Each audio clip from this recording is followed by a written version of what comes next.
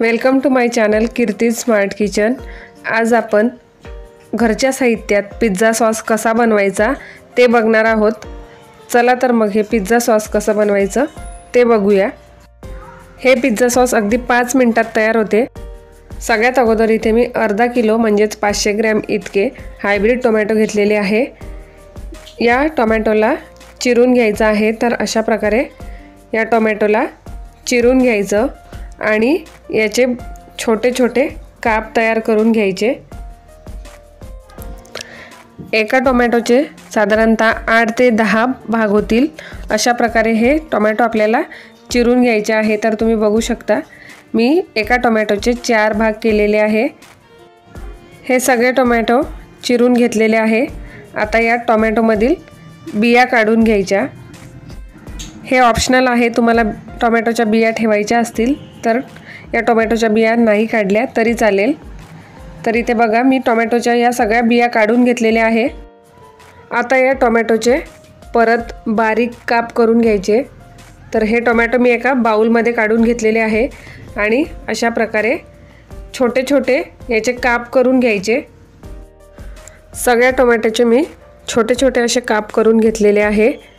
Pizza sauce बनवताना शक्यतो hybrid टोमॅटोच वापरा, म्हणजे पिझ्झा सॉस आंबट लागणार नाही। आता एक जाड बुडाची कढई घेऊन यात 1.5 टेबलस्पून इतकं तेल घालायचं। मी सनफ्लॉवर ऑइल घातलेलं आहे। तुमच्याकडे ऑलिव्ह ऑइल असेल तर ऑलिव्ह ऑइलसुद्धा तुम्ही यात घालू शकता। हे तेल गरम करून घ्यायचं। गॅस मध्यम आचेवर ठेवायचा आणि यात 1 टेबलस्पून इतकं बारीक चिरलेला लसूण घालायचा।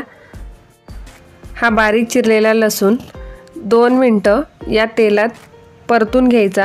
गॅस मध्यम आचेवरच ठेवायचा आणि मध्यम आचेवरच या लसणाला या तेलामध्ये 2 मिनिटं परतून घ्यायचं। 2 मिनिटांनंतर या लसणाचा कलर चेंज झालेला आहे। आता यात घालूया अर्धा टीस्पून ऑरिगॅनो, अर्धा teaspoon basil, 1 teaspoon chilli flakes घालायचे। चिली फ्लेक्स घातल्यानंतर परत एकदा हे सगळं साहित्य या तेलामध्ये परतून घ्यायचं। आता यात घालायचे चिरून घेतलेले टोमॅटो, चवीनुसार मीठ आणि टोमॅटो या सगळ्या साहित्यात एकत्र करून घ्यायचं। सगळं साहित्य व्यवस्थित एकत्र करून झाल्यानंतर झाकण ठेवून या टोमॅटोला मध्यम आचेवर 5 मिनिटं शिजवून घ्यायचं। टोमॅटो खाली लागू नये म्हणून मध्ये मध्ये हलवत राहायचं आणि परत झाकण ठेवून या टोमॅटोला 5 मिनिटं शिजवून घ्यायचं। 3 ते 4 मिनिटं शिजवून घेतल्यानंतर झाकण काढून यात अर्धा टीस्पून साखर घालायची। साखर घातल्यानंतर परत एकदा या सगळ्या साहित्याला एकत्र करून घ्यायचं आणि पुन्हा झाकण ठेवून 1 ते 2 मिनिटं मध्यम आचेवर शिजवून घ्यायचं।